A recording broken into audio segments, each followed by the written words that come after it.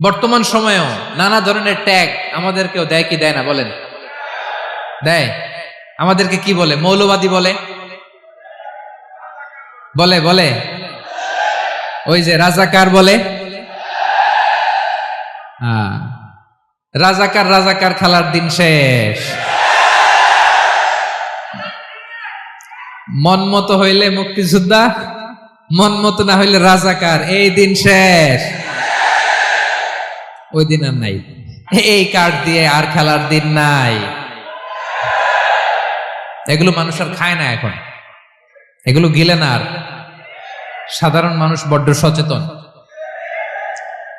দেখেন, কালের বিবর্তনে, সময়ের আবর্তনে একই পরিক্রমা আমাদেরকেও ট্যাগিং করে, আমাদেরকে মৌলবাদী বলে, ব্যাকডেটেড বলে, রাজাকার বলে, জঙ্গি বলে, যুদ্ধাপরাধী বলে।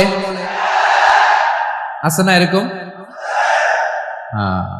ওয়াসবির আলা মা ইয়াকুলুন, নিজের সাথে মিলায় নেন, যা বলে ধৈর্য ধারণ করো। ওয়াহজুরহুম হাজরান জামিলা, জাস্ট ইগনোর দেম, ভালোভাবে ইগনোর করেন, খালাস, সালাম দিয়ে কেটে পড়েন। তাহলে প্রিয় ভাইরা, এই বিপদ আপদ আমাদের পিছু ছাড়বে না, পিছু ছাড়বে না। নবীদের পিছু ছাড়ে নাই, আমরা কোথায়? আমরা আর কি? বিপদ আমাদেরকে ধৈর্য ধারণ করতে হবে, মনোবল হারাইলে হবে না। তাহলে প্রিয় ভাইরা, এটাই জীবনের বাস্তবতা। সবর আমাদেরকে ইখতিয়ার করতে হবে, হতাশ হওয়া যাবে না। অনেকে আমরা অল্পতে হতাশ হই। এই যে আমরা ধৈর্য ধারণ করছি, এর ফল পাচ্ছি না। দীর্ঘ 1.5 দশক ধরে ধৈর্য ধারণ করছেন না আপনারা?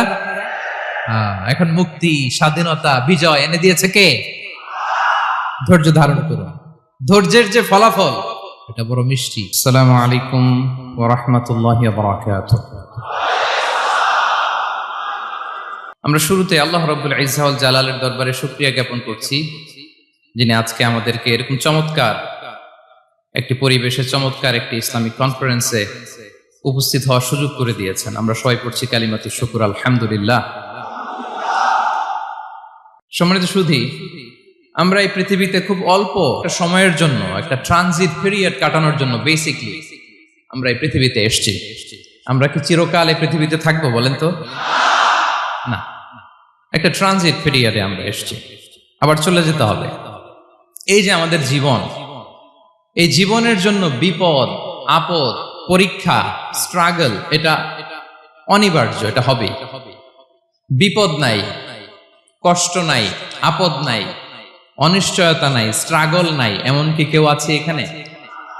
কেউ কি হাত তুলে বলতে পারবেন যে হুজুর আমার জীবনে কোনো বিপদ নাই, অথবা আমার জীবনে কোনো দুঃখ নাই, কষ্ট নাই, কোনো স্ট্রাগল নাই, কোনো রিস্ক নাই? এরকম সৌভাগ্যবান কেউ আছেন এখানে?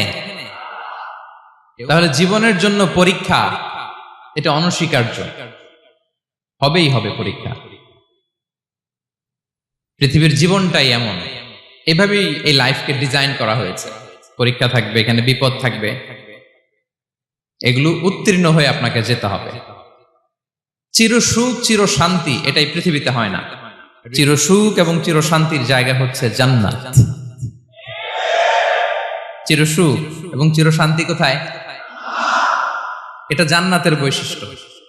চির সুখ, চির শান্তি, টেনশন নাই, ঝামেলা নাই, পরীক্ষা নাই, বিপদ নাই, রিস্ক নাই, স্ট্রাগল নাই, এটা হচ্ছে দ্য ফিচার্স অফ জান্নাত, জান্নাতের ফিচার। কিন্তু সমস্যা বাদে তখন যখন জান্নাতের ফিচার আমরা দুনিয়ায় খুঁজি। যেটা পাবো আমরা জান্নাতে, এটা খুঁজি কোথায়? এই তখনই সমস্যা বাদে। And this is the main problem. এটাই বড় সমস্যা। এই সমস্যার সমাধান কোথায়, এটা নিয়ে আজকে আমি কিছু কথা অ্যাড্রেস করবো ইনশাআল্লাহ। তো তাহলে আসুন শুনি জান্নাতের ফিচার কি।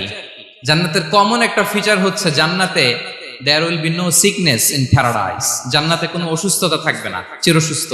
সুবহানাল্লাহ পড়েন। চিরসুস্থ, চির সবল, কেউ অসুস্থ হবে না জান্নাতে। জান্নাত হবে অ্যান্টি এইজিং, জান্নাতে বয়স বাড়বে না কারো, চির যৌবনা, চির যুবক, অ্যান্টি এজিং। আপনারা জানেন যে বর্তমান পৃথিবীতে অ্যান্টি এজিং ক্রিম পাওয়া যায় না? ক্রিম, কথা বুঝতেছেন? অ্যান্টি এজিং ক্রিম পাওয়া যায়। তারা বলে এই ক্রিম মাখলে চামড়ায় ভাঁজ পড়ে না। এটার দাম আছে কিন্তু অনেক। অ্যান্টি এজিং ক্রিম লাগায়, শ্যাম্পু ইউজ করে, অ্যান্টি এজিং অয়েল আছে, এটা দিলে নাকি চামড়ায় ভাঁজ পড়ে না। ইভেন ভারতের অনেক বড় একজন ব্যবসায়ী মুকেশ আম্বানি, নাম শুনছেন না, যে তার ছেলের বিয়ে হয়ে গেল। তো এই মুকেশ আম্বানির স্ত্রী নীতা আম্বানি, সে কিছুদিন আগে 1 বটল গোল্ড ওয়াটার খেয়েছে, gold water, and it's cost $60,000। $60,000 দাম 1 বোতল গোল্ড ওয়াটারের। কেন? ফর অ্যান্টি এজিং, যাতে বয়সের ছাপ গালে না থাকে। এখন বলেন, এভাবে কি আমাদের বয়সকে ধরে রাখা সম্ভব এই পৃথিবীতে? সম্ভব না, কারণ এই ফিচারটা দুনিয়ার ফিচার না, এটা জান্নাতের ফিচার। সুবহানাল্লাহ পড়েন। তাহলে জান্নাতে কেউ অসুস্থ হবে না, জান্নাত হবে চির যৌবন, চির যৌবনা। ওখানে আমরা যুবক থাকবো, প্রত্যেকে 33 বছরের যুবক যুবতী হয়ে জান্নাতে ঢুকবো। বিষ্ণু ইসলাম বলেন, আহলুল জান্নাতি জুরদা ওয়া মুরদা ওয়া আবনাউ সালাসিন ওয়া সালাসিন। জান্নাতে যারা যাবে শুভ্র দাড়িবিহীন, প্রত্যেকে হবে 33 বছর বয়সের। ওই যে 33 বছর বয়সে একবার ঢুকলেন, আর বয়স বাড়বে না, ওইটাই চিরকাল ওই বয়স পাবেন। জান্নাতের আরেকটা ফিচার হচ্ছে নো ফ্রাস্ট্রেশন, কোনো চিন্তা নাই, দুশ্চিন্তা নাই, হাইপার টেনশন নাই, সজীব প্রাণবন্ত। সুবহানাল্লাহ। জান্নাতের আরেকটা ফিচার হচ্ছে there is no expiry date in জান্নাত। এক্সপায়ারি ডেট আছে? জান্নাতে যে ঢুকবো 7 দিনের জন্য চেক ইন, নাকি? চেক ইন কয় দিনের জন্য? 7 দিন, 10 দিন পরে চেক আউট করে ফেলবে, এরকম না। নো এক্সপায়ারি ডেট, আজীবন। একবার এন্ট্রি পেলে বের হওয়ার টেনশন নাই। আল্লাহু আকবার। তাহলে no expiry date, rather it's eternal, আজীবন থাকবেন, খালিদিনা ফিহা, চিরকাল থাকবেন। এবং জান্নাতের সবচাইতে গুরুত্বপূর্ণ ফিচার হচ্ছে there will be no death in জান্নাত। জান্নাতে আপনার আর মৃত্যু হবে না, মৃত্যুর বিদায় হবে। তার মানে আপনি অমর হবেন। তাহলে আপনি চির সুস্থ, চির সবল হবেন জান্নাতে, চির যুবক থাকবেন, প্রাণবন্ত থাকবেন, আপনি অমর হবেন, আপনি জান্নাতে মরবেন না। জান্নাতীরা যখন জান্নাতে যাবে, ফেরেশতারা ডেকে বলবে, ইয়া আহলাল জান্নাতি ইন্না লাকুম আন তাসিহু ফালা তাসকামু আবাদা। জান্নাতীরা চিরকাল সুস্থ থাকবা, অসুস্থ হবা না। ইন্না লাকুম আন তাশিব্বু ফালা তাহরামু আবাদা, তোমরা শাবাব থাকবা, বুড়া হবা না। ওয়া ইন্না লাকুম আন তাহইয়াউ ফালা তামুতু আবাদা, চিরকাল বেঁচে থাকবা, মরবা না। এবং সেদিন জান্নাতে মৃত্যু দেয়া হবে, মৃত্যু দেয়া হবে। ইউতাল মাউতু বিকাবশিন আমলাহ, একটা ছাগলের আকৃতিতে মৃত্যুকে আনা হবে। ফায়ুযবাহুল মাউত, মৃত্যুকে জবাই দেয়া হবে। এবার জান্নাতীরা তাকিয়ে থাকবে, ফেরেশতারা বলবে, ইয়া আহলাল জান্নাতি খুলুদুন ফালা মাউত, হে জান্নাতীরা চিরকাল এই জান্নাতে থাকবে। তাহলে জান্নাতের ফিচার পাইছেন? এখন কোন বোকা যদি এই ফিচার দুনিয়ায় খোঁজে, পাবে? পাবে না, কারণ দুনিয়ার ফিচার আলাদা। দুনিয়ার ফিচার কি? এই দুনিয়াতে বিপদ আসবে, কষ্ট আছে দুনিয়াতে, হতাশা আছে, ভয় আছে, অসুস্থতা আছে, বার্ধক্য আছে, এবং এই দুনিয়ার একটা এক্সপায়ারি ডেট আছে, আছে না? দ্য ডে ইউ ডাই, যেদিন আপনি মারা যাবেন, এটা আপনার এক্সপায়ারি ডেট। চলে যেতে হবে, চলে যেতে হবে। এই পৃথিবীতে মৃত্যুর অস্তিত্ব আছে। সবকিছু থমকে দিয়ে, আপনাকে চমকে দিয়ে মৃত্যু চলে আসবে, ঠিক কিনা বলেন? তাহলে এগুলো হচ্ছে দুনিয়ার ফিচার। এই দুনিয়াতে বিপদ আপদ, কষ্ট, ঝুঁকি, স্ট্রাগল, বার্ধক্য, অসুস্থতা, এগুলো নিয়ে আমাদেরকে টিকে থাকতে হয়।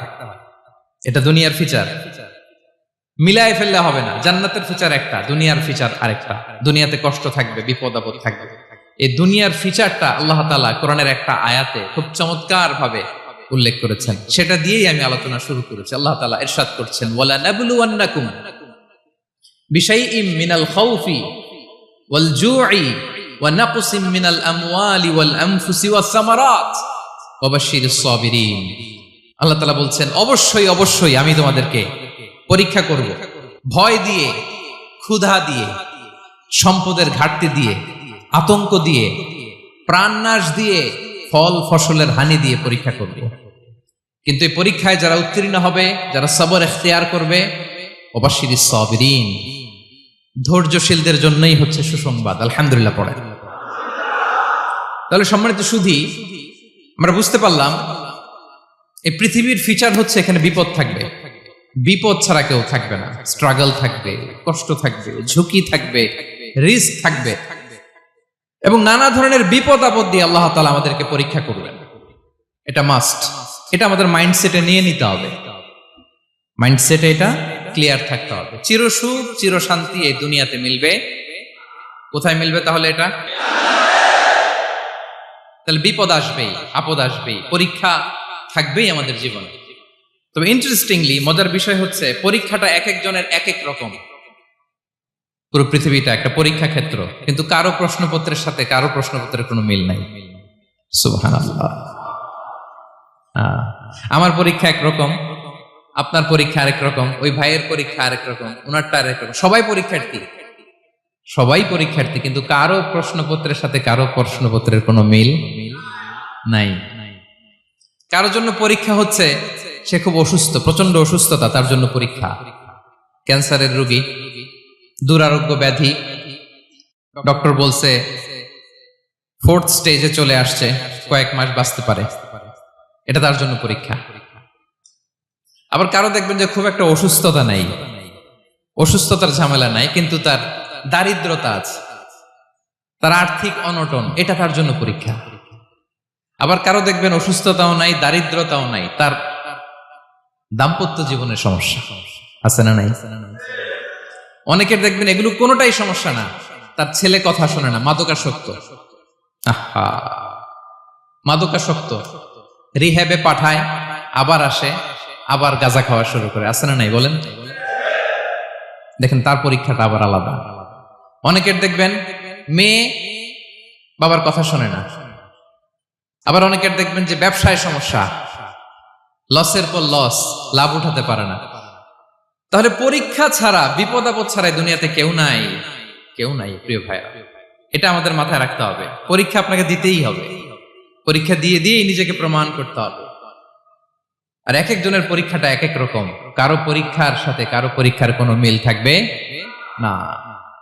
তো মাঝে মাঝে আমরা এটা ভুলে যাই। আল্লাহ তাআলা কালামে পাকে রিমাইন্ডার দিয়ে আমাদেরকে স্মরণ করিয়ে দিতে চান যে এই পৃথিবীতে আসলে তোমরা এসেছো পরীক্ষা দিতে।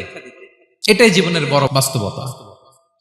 আমাদের জীবনে যত হতাশা, আমাদের জীবন নিয়ে যত অভিযোগ, আমাদের মনে যত কষ্ট, আমাদের হৃদয়ের ভেতরে যত অস্থিরতা, তার মূলে হচ্ছে এই সমস্যা যে আমরা ভুলেই গেছি আমরা পরীক্ষা দিতে আসছি।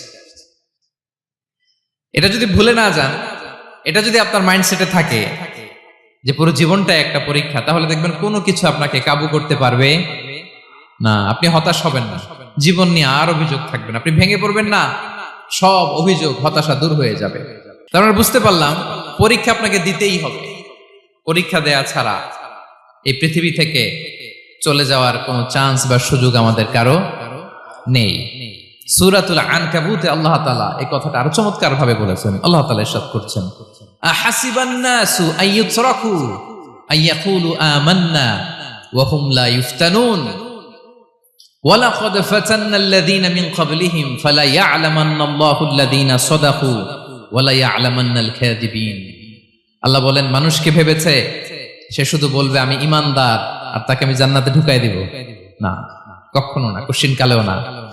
বরং পূর্ববর্তীকালে যারা পৃথিবীতে এসেছিল তাদেরকে আমি পরীক্ষা নিয়েছি, পরীক্ষা করেছি, এবং তাকেও ঈমানের প্রশ্নে সে সত্যবাদী না মিথ্যাবাদী পরীক্ষা দিয়ে দিয়ে নিজেকে প্রমাণ করতে হবে। ঠিক কিনা বলেন? পরীক্ষা দিয়ে আপনাকে প্রমাণ করতে হবে। এবং এই পরীক্ষার ব্যাপারটা, এটা যে শুধু আমরা সাধারণ মানুষ আমাদের জীবনে দুঃখ বিপদ পরীক্ষা এমনটা না। এই পৃথিবীর সবচাইতে শ্রেষ্ঠ মানুষ যারা ছিলেন তাদেরকে আল্লাহ পরীক্ষা নিয়েছেন। বলেন তো এই পৃথিবীতে সবচাইতে শ্রেষ্ঠতম মানুষ কারা? সবচাইতে শ্রেষ্ঠ ভালো মানুষ কারা ছিল পৃথিবীতে? বলেন তো নবীরা।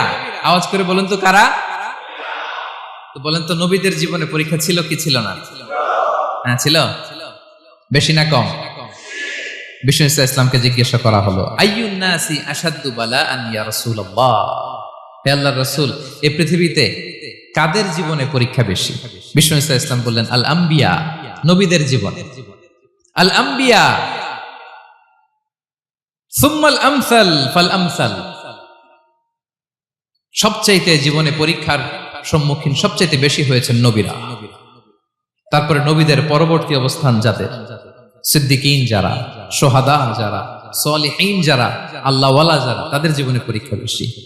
ইউবতালার রাজুলু আলা হাসাবি দীনি, ব্যক্তির দিনদারি যত বেশি তার জীবনে আল্লাহর পরীক্ষাও তত বেশি। আপনি আল্লাহওয়ালা হবেন, আপনার জীবনে পরীক্ষাও অনেক বেশি। এজন্য ইমানদার হওয়া যেমনি মর্যাদার, ইমানদারের জীবনে পরীক্ষাও হবে অনেক বেশি। এবং পরীক্ষা যত বড়, খেয়াল রাখতে হবে, মন খারাপ করার কোনো সুযোগ নেই। পরীক্ষা যার জীবনে যত বড়, সেটাতে সফল হতে পারলে ওটার প্রতিদানও বড়। পরীক্ষা যত বড়, এটাতে সাকসেস হইতে পারলে এটার রিওয়ার্ডও তত বড়। বিষ্ণু ইসলাম বলেন, ইযামুল জাযাই মাআ ইযামিল বালা, বালা যত বড়, জাযাও তত বড়, প্রতিদানও তত বড়। কারণ নবীদের জীবনে যদি খেয়াল করেন, দেখবেন যেই নবীর জীবনে পরীক্ষা যত বেশি, সেই নবীর জীবনে সফলতাও তত বেশি। সাইয়েদনা ইব্রাহিম আলাইহিস সালামের কথাটা একটু খেয়াল করেন তো, বলেন তো ওনার জীবনে পরীক্ষা কেমন ছিল, বেশি না কম? ওনার জীবনের পরীক্ষা থেকেই তো আমরা এই শব্দটা ব্যবহার করি, আমরা বলি অগ্নি পরীক্ষা। কি বলি? মানে আগুনে নিক্ষেপ করা হয়েছে সাইয়েদনা ইব্রাহিম আলাইহিস সালামকে, তাও স্বাভাবিকভাবে না, উলঙ্গ করে, ন্যাকেট করে ওনাকে অপমানিত করবার জন্য ওনার গায়ের জামা কাপড় খুলে উলঙ্গ অবস্থায় আল্লাহর খলিল সাইয়েদনা ইব্রাহিম আলাইহিস সালামকে অগ্নিকুণ্ডে নিক্ষেপ করা হয়েছিল। এরকম এক্সপেরিয়েন্স এই অডিটোরিয়ামের ভেতরে আমাদের কখনো হয়েছে? তাইলে সাধারণ মানুষের জীবনের পরীক্ষা আর নবীদের জীবনের পরীক্ষার মধ্যে পার্থক্য আছে না নাই? ওই পরীক্ষায় উনি পাশ করে ফেললেন। 86 বছর পর্যন্ত আল্লাহর কাছে দোয়া করলেন, আল্লাহ আমাকে একটা নেককার সন্তান দাও। আল্লাহ সন্তান দেয় না।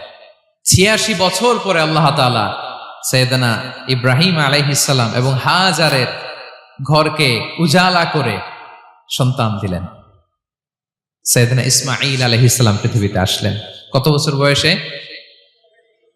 86 বছর বয়সের এখানে কেউ আছেন? হ্যাঁ, আছি আমরা? কেউ নাই। 86 বছর বয়সে প্রথম সন্তান পেয়েছে। তাদের ঘরকে উজালা করে আল্লাহর নবী সাইয়েদনা ইসমাঈল আলাইহিস সালাম আসলেন।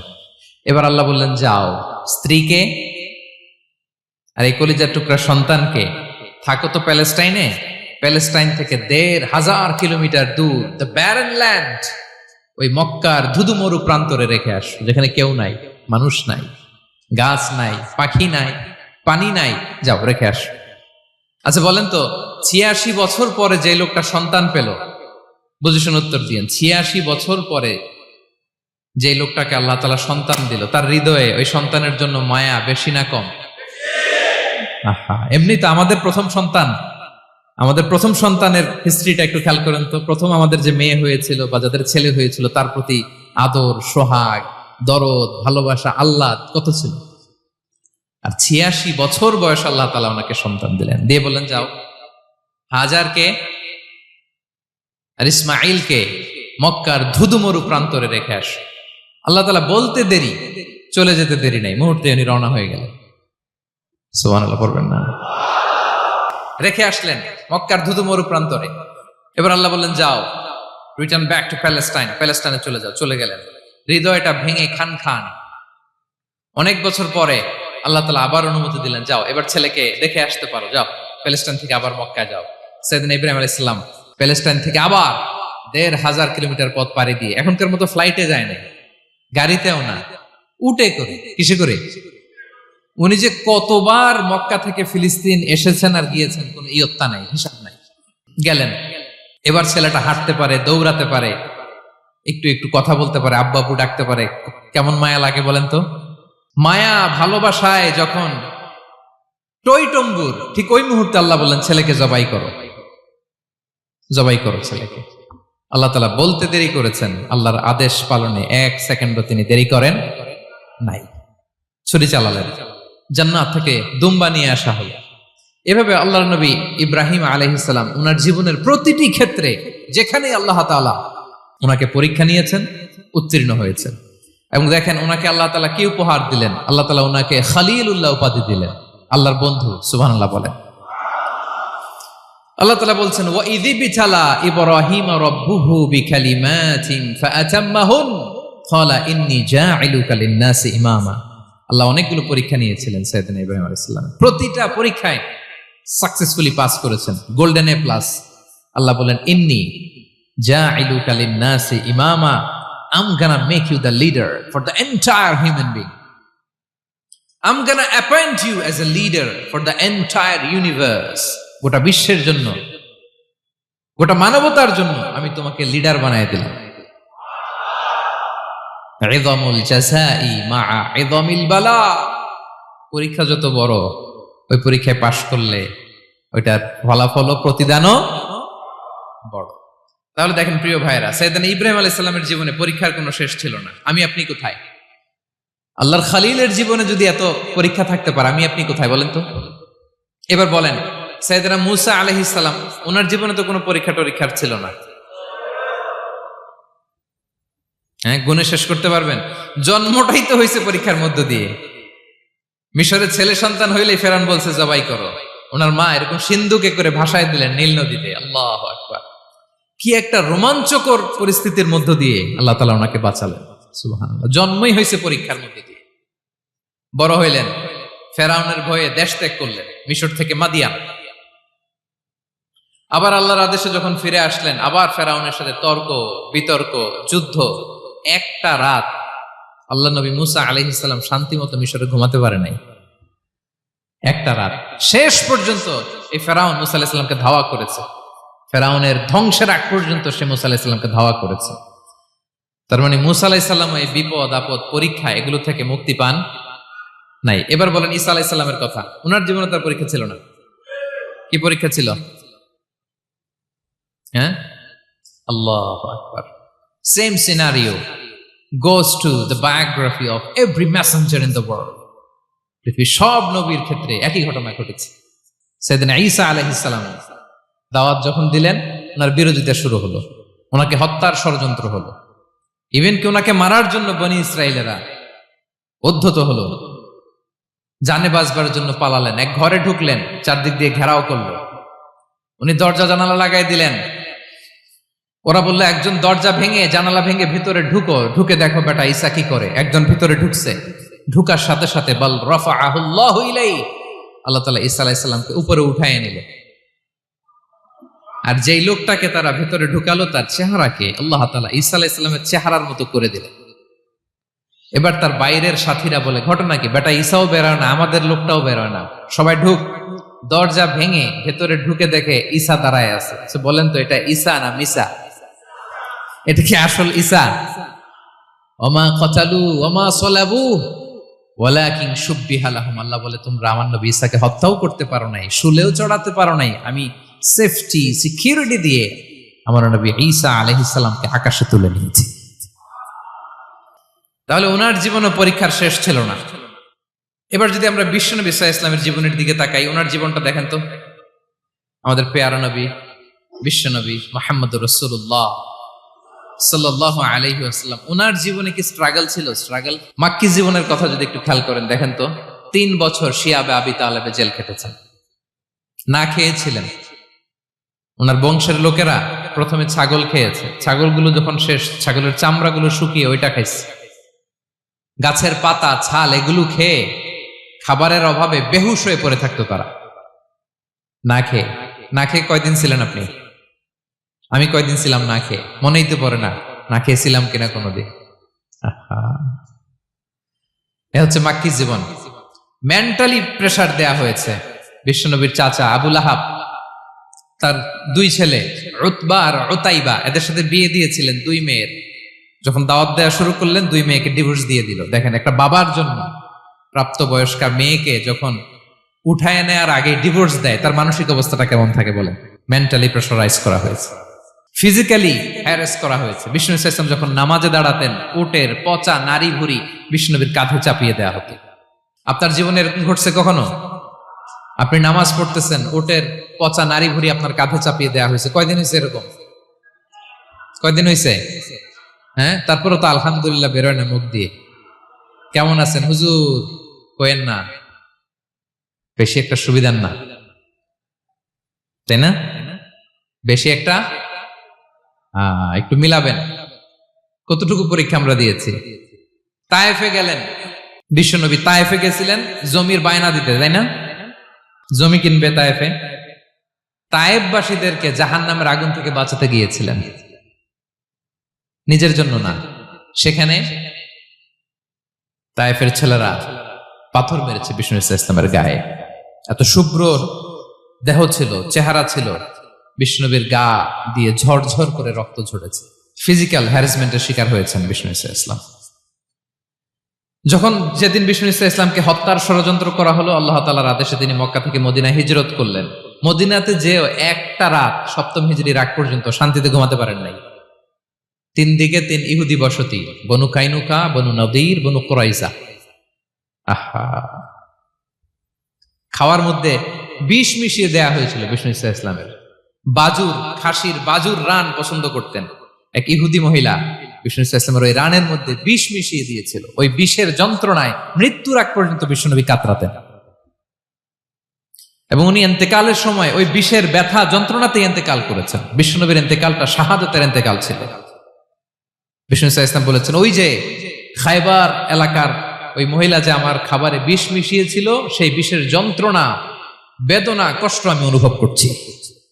খেয়ে না খেয়ে দিন প্রচারের কাজে নিজেকে দিয়েছ বিলিয়ে, তায়েফের কাফিরেরা চিনল না সে আলো, দুষ্ট ছেলেদের পিছু দিল লেলিয়ে, পাথরের আঘাতে ক্ষত বিক্ষত হয়ে সারা শরীর থেকে রক্ত ঝরে।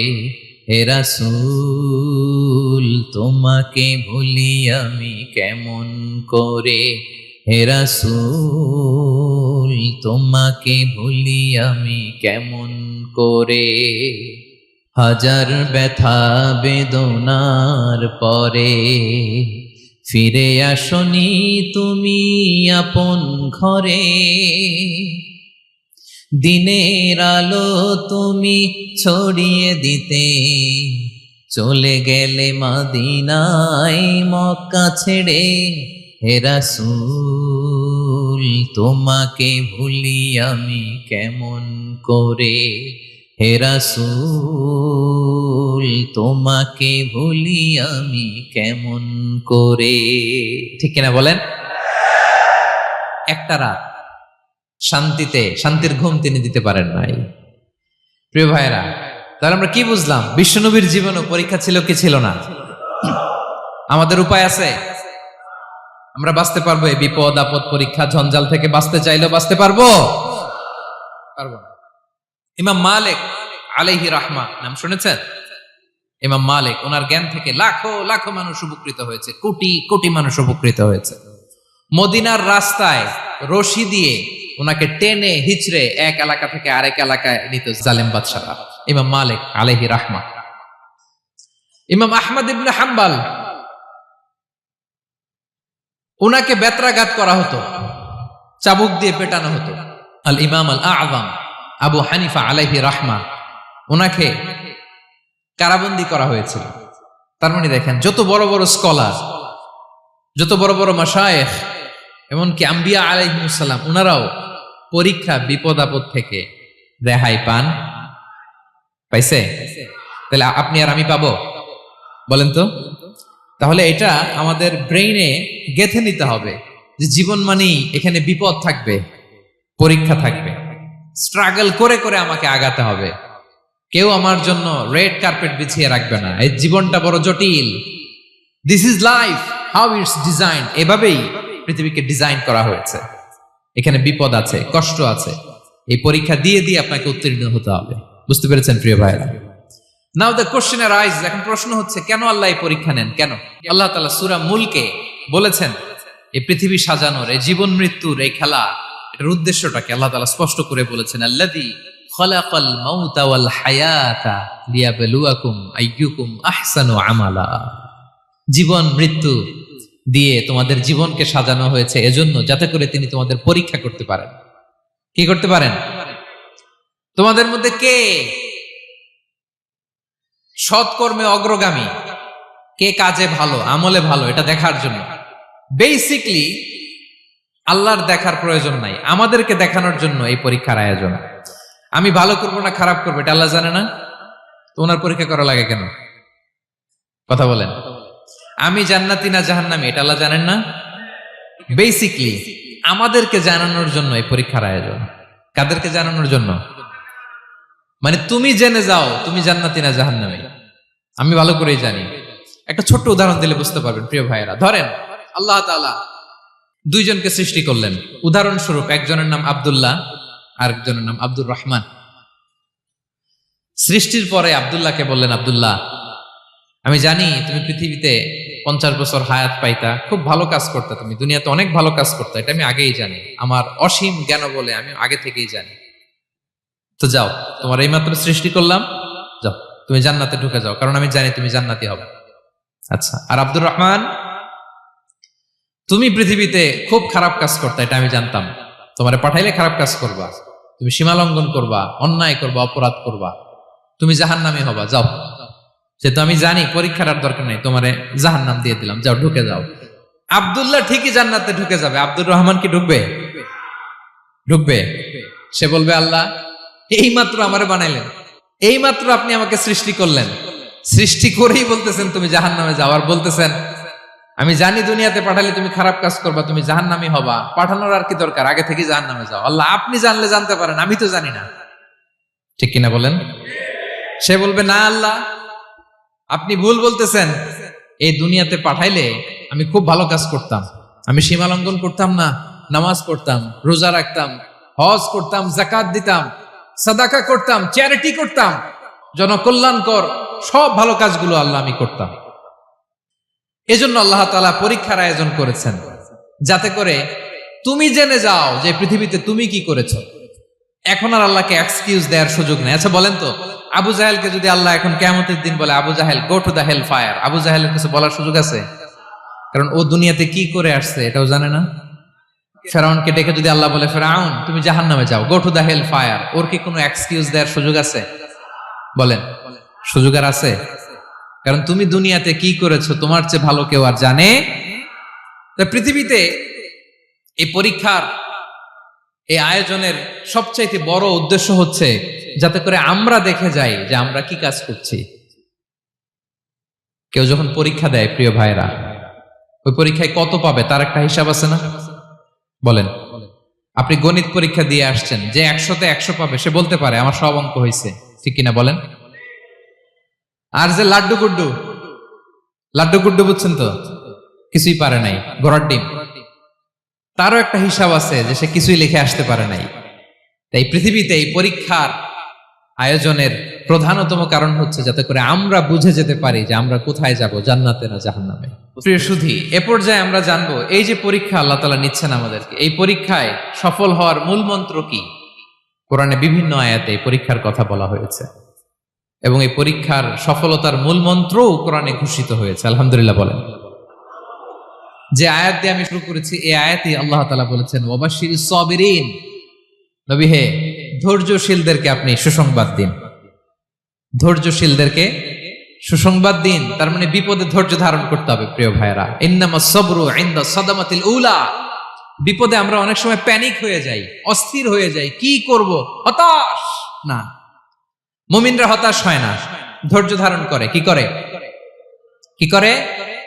ধৈর্য ধারণ করার শক্তি দাও গো মেহেরবান আমায়, দাও গো মেহেরবান। পড়েন, ধৈর্য ধারণ করার শক্তি দাও গো মেহেরবান আমায়, দাও গো মেহেরবান। সবাই বলুন একসাথে, ধৈর্য ধারণ করার শক্তি দাও গো মেহেরবান আমায়, দাও গো মেহেরবান। বুকের ভেতর ব্যথার নদী বইছে অবিরাম, বইছে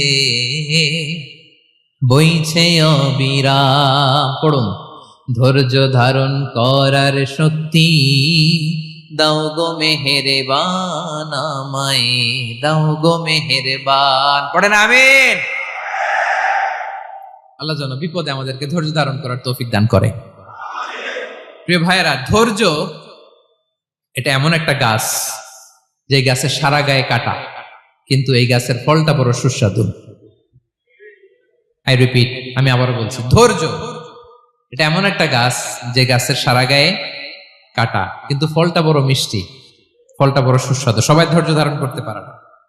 বিষ্ণু ইসলামকে আল্লাহ তাআলা নানা সময় আশ্বস্ত করেছেন, সান্ত্বনা দিয়েছেন, আর ধৈর্যের বাণী শুনিয়েছেন। আল্লাহ বলেন, ফাসবির কামা সাবারা উলুল আজমি মিনার রাসূল।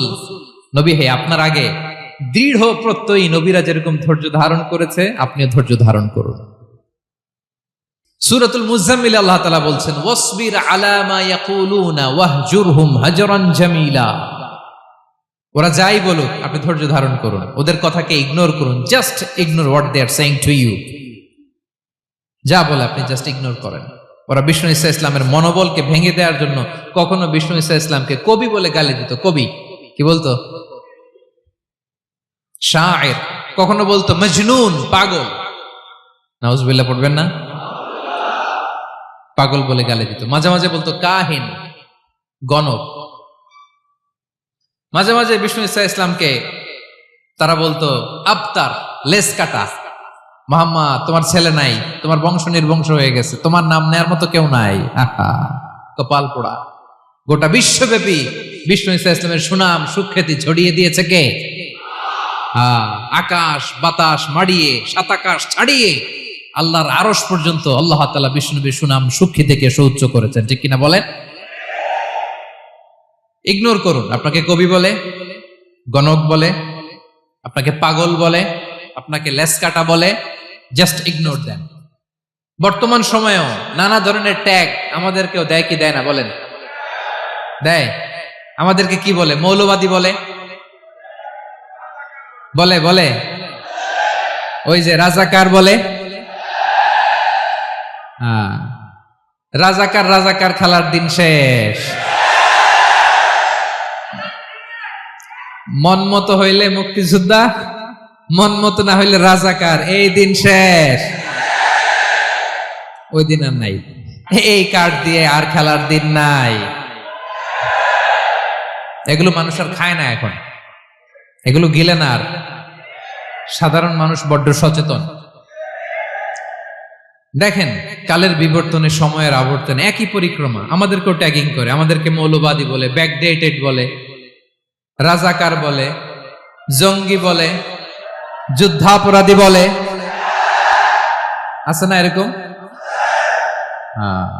ওয়াসবির আলা মা ইয়াকুলুন, নিজের সাথে মিলায় নেন। যা বলে ধৈর্য ধারণ করো। ওয়াহজুরহুম হাজরান জামিলা, জাস্ট ইগনোর দেন, ভালোভাবে ইগনোর করেন।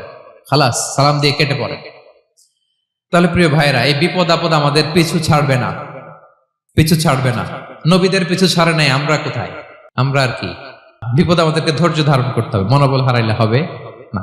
দেখেন বিশ্বনবী কিভাবে আপনাদেরকে সান্ত্বনা দেয়। বিশ্বনবী বলেন, আজাবান লি আমরিল মুমিন, মুমিনের ব্যাপারটা বড় আশ্চর্যজনক। ফাইন্না আমরাহু কুল্লাহু লাহু খাইর, মুমিনের জীবনে যা ঘটে সবটাই খাইর, সবটাই কল্যাণ।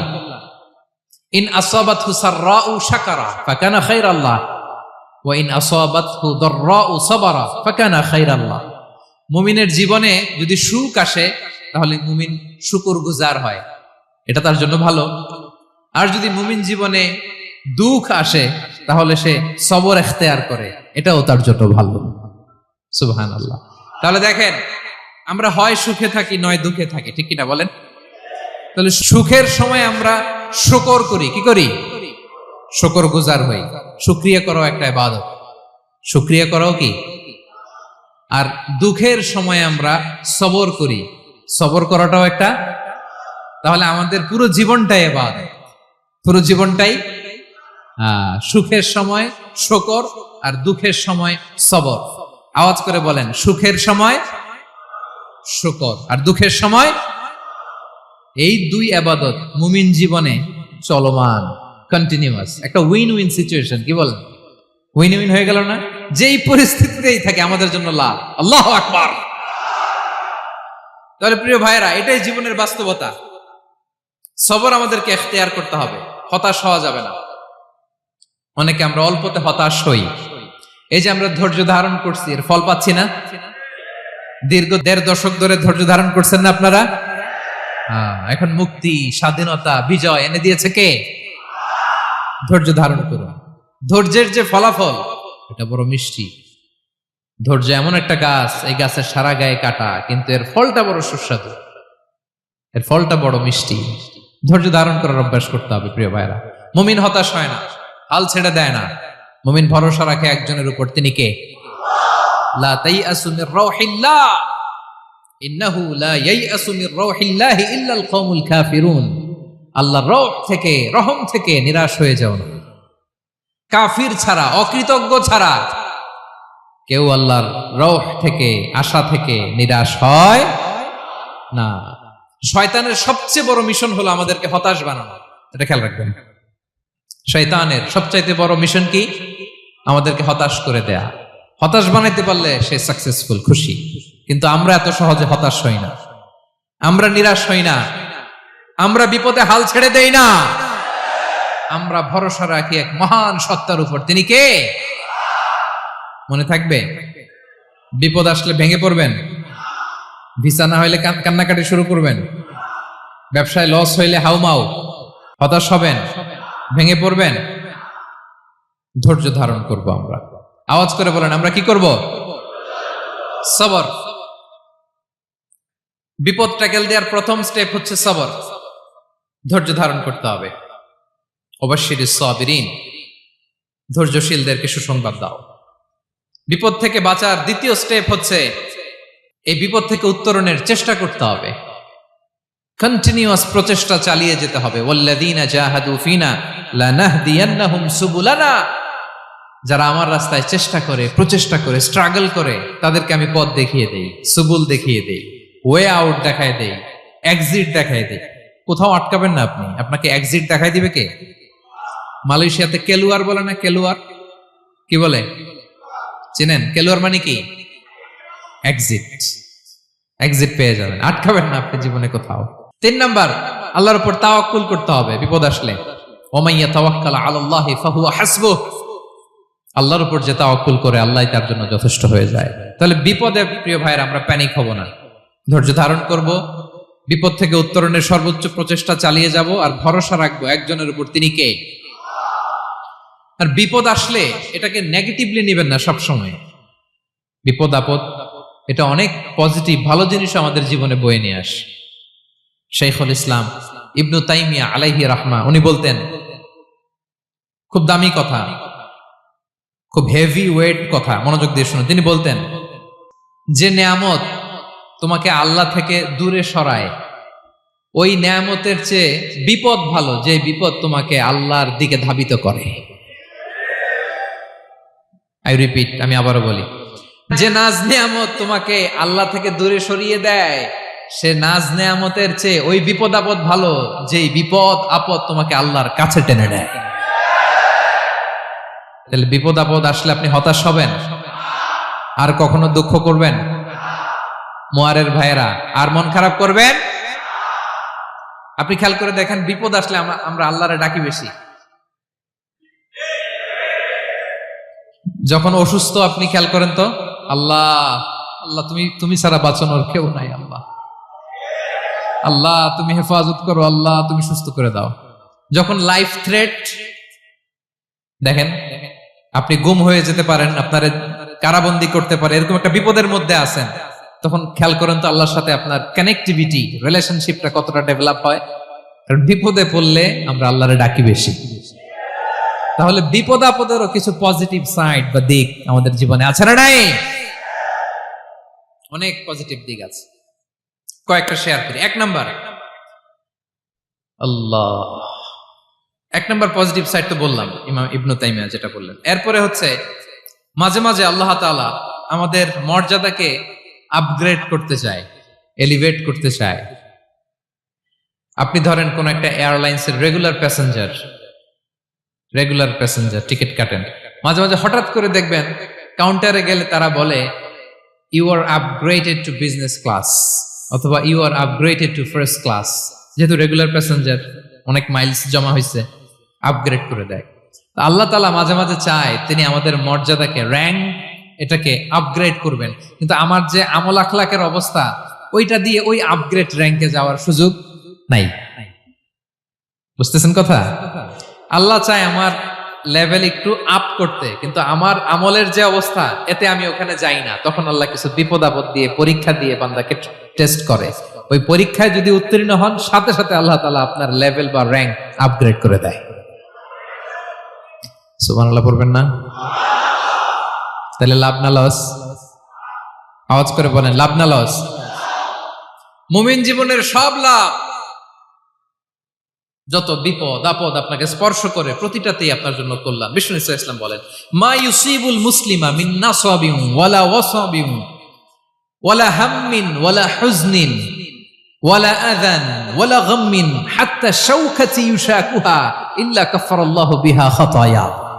আপনার জীবনে যত দুঃখ, যত যন্ত্রণা, যত টেনশন, যত অ্যাংজাইটি, যত ইনজুরি, এমনকি গোলাপ ফুল পাড়তে যে ওখানে যে কাটা বাঁধছে, বরই খেতে যে বরই গাছে ওঠার পর যে একটা কাটা বিঁধছে আপনার হাতে, এর কারণে আল্লাহ তাআলা আপনার গুনাহ মাফ করে দেয়।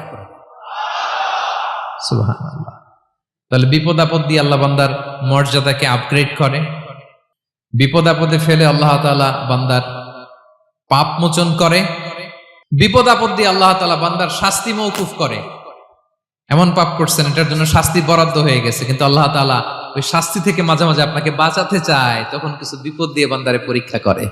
উত্তীর্ণ হলেই আল্লাহ তাআলা ওই শাস্তিকে মওকুফ করে দেয়। তাহলে আসুন সামারি করি, পুরো আলোচনাটার সামারি করি।